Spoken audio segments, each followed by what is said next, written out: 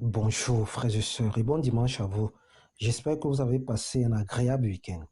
Le thème que nous allons développer ce matin est intitulé Dans l'impasse, Dieu est au contrôle.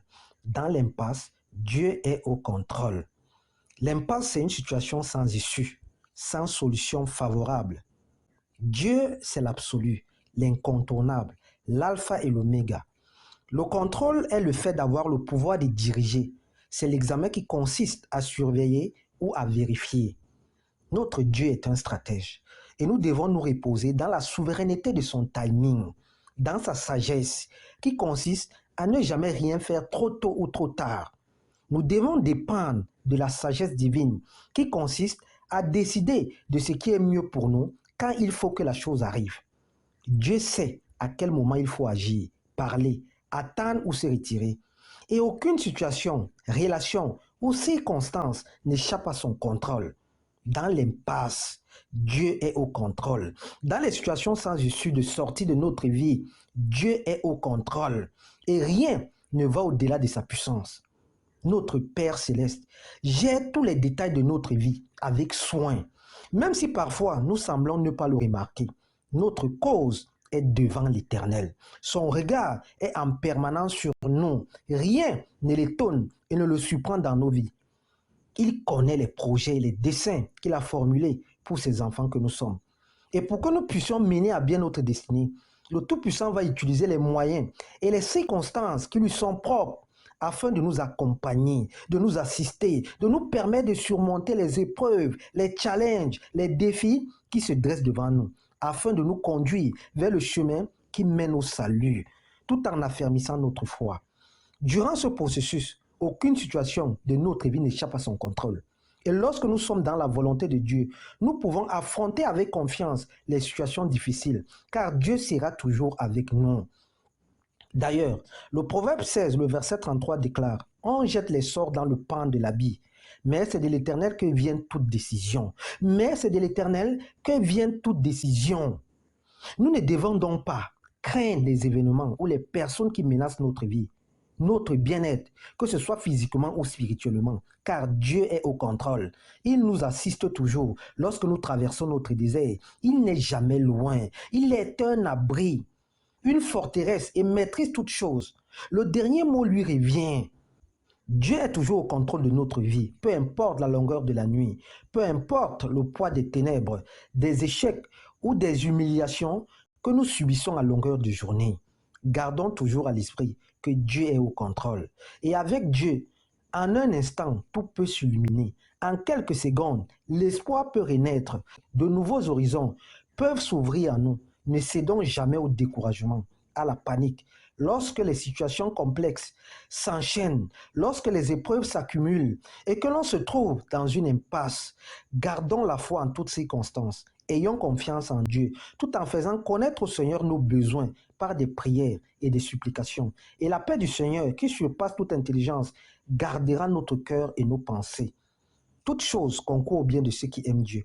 Et un jour nouveau s'élève toujours pour ceux et celles qui gardent la foi dans l'épreuve.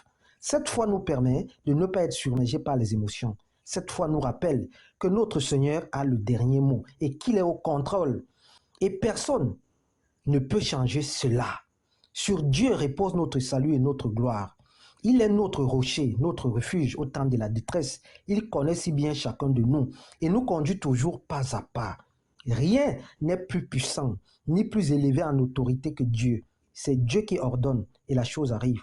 C'est Dieu qui déclare et la chose s'accomplit. Jean 21, le verset 17 déclare, Seigneur, tu sais toutes choses. Seigneur, tu sais toutes choses. Lorsque nous sommes face à des épreuves, à des tribulations, ne baissons jamais les bras et gardons toujours la foi. Ne perdons jamais à l'esprit que Dieu est souverain et qu'il contrôle chaque situation passée, présente et future de notre vie et que rien ne lui est impossible. Rien ne lui est impossible. Dieu est au-dessus de toutes choses et quel que soit le moment douloureux que nous vivons actuellement, cessons de penser que le bonheur est derrière nous et que nous sommes sans issue. Que les obstacles et les difficultés de la vie ne nous fassent pas perdre conscience que Dieu est au contrôle de notre vie. La Bible nous apprend que le Seigneur était avec Joseph et pendant que Joseph était prisonnier, l'Esprit de Dieu l'assistait. Dieu ne l'avait pas abandonné une fois j'étais en prison. Dieu permet le plus souvent des épreuves dans la vie de ces enfants que nous sommes pour révéler le meilleur qui est en nous et aussi pour révéler notre niveau de foi. Le fait que Joseph soit conduit en prison était bel et bien le plan de Dieu, car il fallait que l'épreuve de foi s'accomplisse dans la vie de Joseph, afin qu'il mûrisse, afin qu'il distingue le bien du mal, afin qu'il sache comment marcher avec le Dieu d'Israël, avec le Dieu qu'il adorait. Notre Dieu est grand. Nous devons juste nous humilier devant lui. Nous devons reconnaître nos faiblesses, nos limites et déposer entre ses mains expertes nos fardeaux, nos peines, nos manquements, nos projets, car nous appartenons à Dieu. Nous sommes enfants de Dieu. Nous sommes fils de Dieu. Nous sommes filles de Dieu. Nous devons toujours dépendre de Dieu. Nous devons absolument nous confier à lui tout en humiliant nos cœurs devant sa divine présence, tout en sachant qu'il connaît toutes choses à l'avance. Lamentation 3, le verset 37 à 38 déclare: Qui n'a qu'à parler pour qu'une chose se produise, si le Seigneur ne l'a pas ordonné? N'est-ce pas de la bouche du Très-Haut que sortent le malheur et le bonheur? Pourquoi l'être humain en vie se plaindrait-il? Que chacun se plaigne de ses péchés.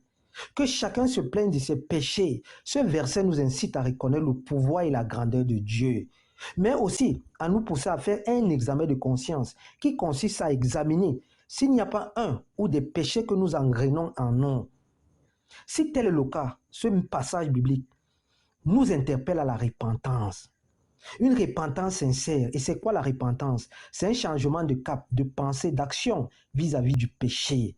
La repentance, c'est la douleur profonde qu'on éprouve de ses péchés. C'est quoi la repentance? C'est implorer véritablement la clémence de Dieu, sa miséricorde. La repentance nous pousse toujours vers la porte de la sanctification. Car sans la sanctification, il nous est difficile de voir la gloire de Dieu. Nous devons donc nous dépouiller du vieil homme qui se corrompait jadis dans des convoitises trompeuses, comme le souligne si bien Éphésiens 4, le verset 22, afin d'être agréable à Dieu, comme l'était David, pour obtenir la protection et le réconfort auprès de Dieu.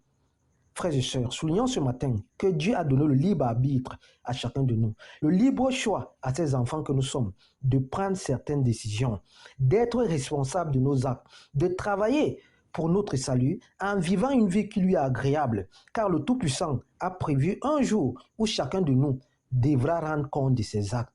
Romains 14, le verset 12. Bon dimanche et bon début de semaine.